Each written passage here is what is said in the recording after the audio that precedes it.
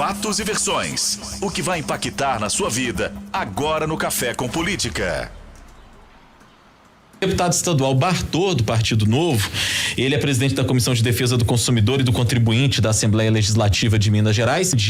Antes de te cumprimentar, reafirmar esse agradecimento que fazemos aqui pela sua total disponibilidade, inclusive de ter mudado a sua agenda para poder conversar com a gente aqui, mais do que nunca um prazer ouvi-lo.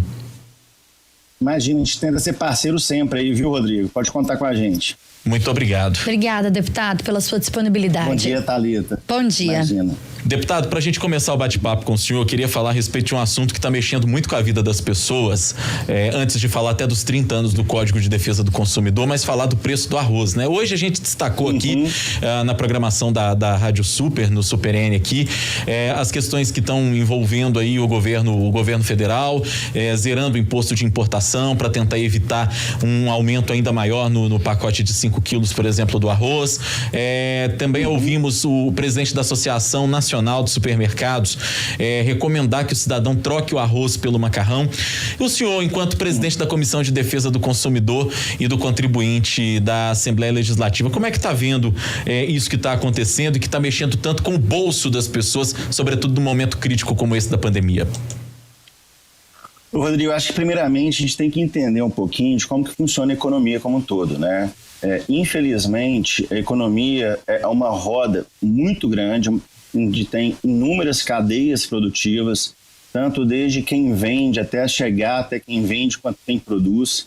E todas essas cadeias são construídas ao longo do tempo, com a lei da sobrevivência mesmo do mercado, eles se encaixando, eles se encontrando e buscando as melhores soluções para poder fazer com que o preço sempre baixe, né? Quando vem uma pandemia como essa, onde pega todo mundo de surpresa e causa tantos desarranjos na economia, acabam realmente acontecendo desconexões e quebras na cadeia. Então, toda aquela busca pelo preço melhor ao longo dos anos, ao longo da economia se reestruturando, o livre mercado fazendo sua ordem natural, e você tem toda essa cadeia montada, quando você começa a quebrar ela, você começa literalmente a sentir os efeitos no preço, porque o preço nada mais é do que um termômetro da própria economia, né? Então, é com muito pesar que a gente vê que nossa economia sentiu muito dano, né? Então, por isso que é importante sempre não desassociar economia de vidas, pois economias são vidas, né?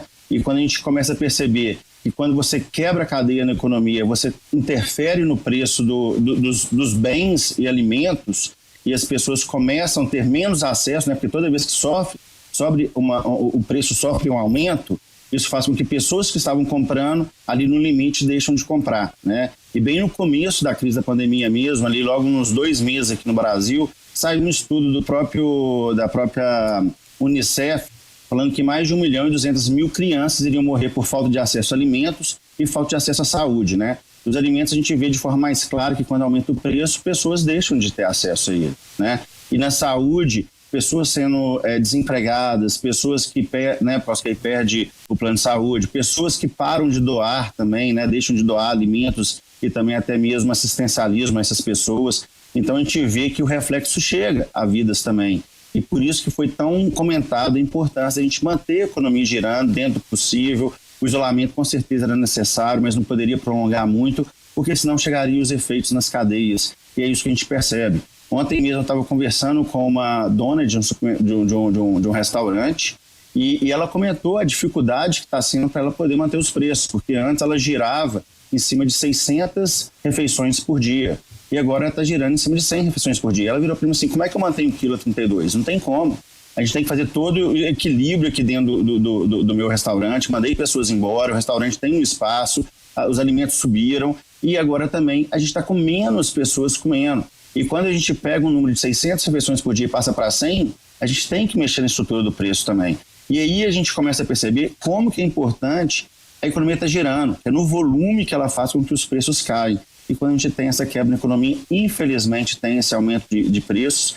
Acho que um aumento de preço, não só o consumidor é refém, mas a gente pensa muito no supermercado assim, vocês estão me ouvindo, Rodrigo? Tá ali, sim, perfeitamente. Tá. Então, quando tem um aumento de preços, o próprio fornecedor, né, o supermercado mesmo, ele sente muito com isso. Porque, como eu falei, se aumenta o preço, diminui o giro. Se diminui o giro, é menos pessoas comprando, é mais difícil de se adequar e ele mesmo sofre com o preço. É claro que a gente sabe de algumas posturas que são antiéticas e imorais, né, que eu chamo isso, né? Como a gente viu, por exemplo, na crise dos combustíveis, posto aumentando o combustível absurdamente sem ter a contrapartida no aumento do custo dele, né? Ele apenas viu que a demanda tinha crescido, que não ia chegar mais gasolina, você quer saber? Vou aumentar a gasolina aqui pro teto e deixa o litro passando aí de 3, 4 reais para 10, 15 reais, né? Então a gente viu isso acontecendo. Isso para mim é imoral e antiético. Isso mostra que a pessoa está querendo se abusar do mercado.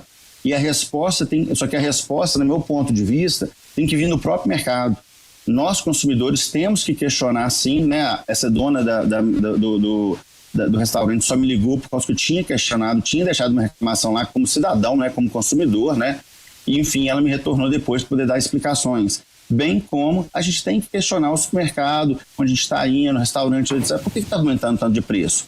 E aí eles vão mostrar para vocês que eles mesmos estão na sofrência aí por conta dessa quebra de cadeias produtivas e que faz com que o preço suba e dá esse problema, né? Então, acho que medidas como do governo federal de tirar a burocracia, tirar impostos, vem só agregar o mercado.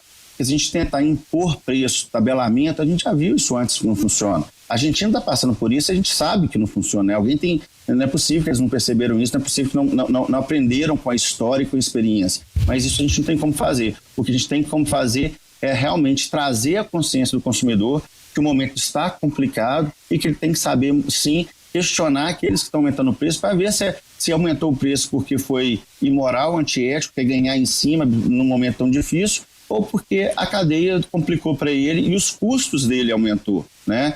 Então, acho que cabe círculo, né, deputado? É um ciclo, né? O preço aumenta para quem repassa para o consumidor, por óbvio também aumenta para o consumidor, né? O consumidor final. Mas a gente vê em muitas situações também, situações abusivas, como o senhor citou, por exemplo, o preço da gasolina, todo mundo se lembra muito bem. E aí que entra o Código de Defesa do Consumidor, que inclusive completa 30 anos amanhã, vai ter uma audiência pública na Assembleia Legislativa de Minas Gerais. Eu queria que o senhor explicasse um pouquinho pra gente dos avanços do Código de Defesa do Consumidor. Muita gente tem dúvida sobre se funciona de fato ou não, como é que as pessoas fazem para ter direito àquilo que está lá nesse documento. Então, o código sempre está disponível em todos os comércios, né? Tem até a lei que obriga isso, e o código teve várias conquistas ao longo do tempo, inclusive nós vamos tratar disso na audiência, até obrigado por ter falado da audiência, que é bom que eu trato um pouquinho, falar o que vai ser falado lá, e quem sabe as pessoas não têm curiosidade de ver. Eu sou liberal, né? Acho que você já conhece um pouquinho meu trabalho. Então, não venho ser o dono da verdade, não venho querendo mudar o sistema todo que está, né? Eu venho apenas dar a minha contribuição com a minha visão. Né? Eu tenho que ter respeito também pelas instituições e pela história do que foi construído antes de eu chegar, né? Então, a audiência amanhã vai ser exatamente nesse propósito, vai ser análise das conquistas do Código e por aí nós vamos chamar entidades de classe como as donas de casa, o pessoal que defende o consumidor também, desculpa esquecer aqui o nome da entidade agora. Vamos também conversar com o pessoal das instituições do PROCON da Assembleia, com o Marcelo Barbosa, da Comissão do Consumidor, que tem os técnicos que trabalham diretamente com esse tema ali dentro para poder auxiliar a gente, né? E estamos contando aí com o Ricardo Murichida, que é um grande nome aí para quem defende a intervenção do Estado no mercado, justamente regulando os preços, por aí vai, né? E também temos o Luciano Tim, que já é uma pegada mais liberal para poder trabalhar muito essa questão de como mexer nos mercados, né? Um detalhe assim que foi bem interessante durante sua gestão, lá por causa que ele era secretário na economia no governo Bolsonaro, só que chegou a sair, né? Foi com relação à questão dos álcools em gels e máscaras, que a gente viu o preço deles subindo muito no começo, né? Tinha uma série de restrição, uma série de regulamentação que impedia a produção. Sendo assim, a demanda, quando veio, a demanda cresce, igual choveu, o cara está vindo em guarda-chuva, choveu, a demanda cresce, tem que aumentar o preço para atender a demanda, né? Enfim, então o governo entrou com uma série de papel de desregularizando e tirando impostos, e que fez com que a cadeia respondesse ativamente e jogando o preço do álcool em gel e da máscara lá para baixo, né? Não como anteriormente, mas pelo menos aliviou muito naquele momento. Então, essa com essa audiência, a dinâmica vai estar falando muito sobre essas questões das conquistas, as questões de reflexões sobre o Estado não intervir, como que tem que tirar, não atrapalhar quem produz, e também bem como alguns pontos que foi ao longo da história foram necessários aí da intervenção do Estado para aqueles que defendem o Estado também. Então, acho que vai ser bem interessante, convido todos a fazer parte. Eu, pessoalmente, a minha pegada maior em cima do consumidor, eu não acredito tanto assim no que o papel tem a força. A gente brinca muito falando que a gente tem uma caneta para assinar e não uma varinha de condão. Não adianta só eu escrever no papel lá, abaixa-se os preços, que isso vai acontecer, né? O papel aceita tudo, mas a realidade é bem complicada. Então, eu sempre defendo cada vez mais a iniciativa do próprio indivíduo de se organizar através de organizações civis, mesmo entidades, associações, clubes, etc., para poder sempre estar monitorando o mercado e cobrando do próprio mercado, e o próprio indivíduo ali, consumidor, entender que o papel dele ele que é o rei do mercado, ele que coloca o dinheiro no mercado, ele que escolhe a quem ele colocar o dinheiro no mercado. E daí o principal direito dele a ser defendido é o direito de escolha. E esse direito de escolha só é plenamente atendido quando há livre concorrência e há diversas empresas no mercado onde que ele possa escolher entre elas aquela que vai atendê-lo melhor. A partir do momento que a gente cria a regulamentação, que nem eu disse, o papel aceita tudo. Eu vou criar uma regulamentação, o mercado vai aderir àquela regulamentação de que forma? Quem é certinho, quem cumpre tudo, vai fazer aquilo. Vai ter um custo maior. Vai ter que contratar contador, vai ter que contratar advogado, e isso atrapalha o pequeno empresário, o pequeno comerciante que quer começar o negócio dele, né? E aí faz com que ele não entre no mercado e o consumidor não tenha opção, né? Em contrapartida, aquele papel ali, para quem está apto a não incorrer na lei, para quem está tendencioso a burlar a lei, ele vai continuar burlando a lei, não vai respeitar aquele papel e vai dar muito problema. E vale lembrar que hoje no PROCON, 90% das reclamações no PROCON estão dentro de mercados regulados. Então isso mostra que a regulamentação faz com que exatamente diminua-se a entrada dos novos entrantes, e aí você pode ver como bancos, como telefonia, como etc., assim, várias empresas que estão ligadas a agências reguladoras, né? O banco tem Bacen, as telefonias têm a Agência Nacional de Telecomunicação e por aí vai. Eles não defendem a gente, na verdade eles criam tantas restrições, impedem novos entrantes, e aqueles que lá estão aproveitam-se do monopólio e realmente é aquele negócio. Você está com um problema de telefone, que você faz? Você senta e chora, porque só tem mais 3 para você optar, né? Em contrapartida, se a gente tivesse um mercado livre, menos intervenções, teriam inúmeras as outras. Desculpa, Rodrigo. Tudo bem. O deputado, porque o nosso tempo aqui, o senhor sabe que ele é finito, né? O senhor está falando dessa audiência pública que lembra aí dos 30 anos, né, do Código de Defesa do Consumidor. Nesse momento de pandemia, imagino que as atividades serão todas online, né, à distância. Aquele cidadão que está nos ouvindo agora, que tá interessado em ouvir, em participar disso tudo, e acho que é uma boa prestação de serviço para se fazer aqui, como é que ele deve fazer para que ele possa acompanhar, mesmo que à distância, essa discussão, que ela é importantíssima para o consumidor? Olha, a gente está tendo cuidado de fazer através de webinar, né? Todos os convidados serão através de webinar, mas o mesmo procedimento para todas as audiências, tá? Inclusive isso daqui serve até como aviso.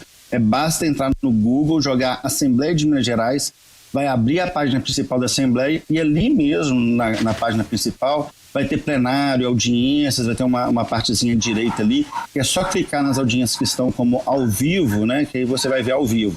Caso você tenha perdido qualquer tipo de audiência, não seja só a minha amanhã, mas qualquer outra também, você consegue ter acesso ao vídeo dela um dia depois, né? Por exemplo, ela começa de 10 às 16, cheguei às 17, só no outro dia vai estar disponível, mas é ali mesmo, clicando, buscando as audiências pela data ali no quadrinho principal, ali logo no início, quando você joga Assembleia no Google, você consegue ver essa página. Tá feita aí a prestação de serviço, então. O site especificamente da Assembleia é o almg.gov.br, almg.gov.br.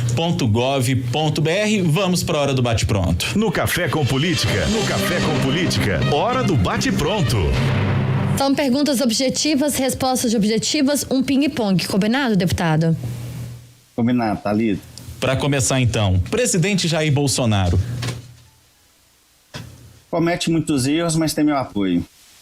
Governador Romeu Zema. Idem. Código de Defesa do Consumidor. A lei não resolve nada, o papel não resolve nada, resolve realmente são atitudes. A gente precisa de cidadãos, pessoas conscientes do que está acontecendo. O consumidor. Rei do mercado, ele que decide quem sobrevive e quem morre. Ele decide com o dinheiro dele aonde que ele vai colocar. A economia pós-pandemia. Economia não pode ser desassociada de vidas. A economia tem que ser tratada não só pós, mas antes também e durante também. Falaram muito que vidas é agora, a economia a gente vê depois, o depois chegou. E com o custo dos alimentos a gente vê que a economia também é vidas. A economia em Minas pós-pandemia. Economia em Minas pós-pandemia encontra-se na mesma situação que acho que todo o Brasil, né? A gente está aí se reencontrando novamente, pessoas discutindo muito a reabertura e ainda o Estado como todo, o município, o Estado, ainda continua travando um pouco. Precisamos de mais reabertura. Deputado estadual Bartô, do Partido Novo, ele é presidente da Comissão de Defesa do Consumidor e do Contribuinte da Assembleia Legislativa de Minas Gerais, foi nosso convidado hoje no Café com Política. O deputado, mais uma vez, muito obrigado por nos atender, por mudar a sua agenda, inclusive, aí, e nos auxiliar. Foi um prazer conversar com o senhor, viu? Eu que agradeço e estou à disposição sempre. Obrigado mais uma vez aí pelo trabalho prestado, tanto a você quanto a Thalita. Ótimo dia, deputado. Obrigada pela sua entrevista.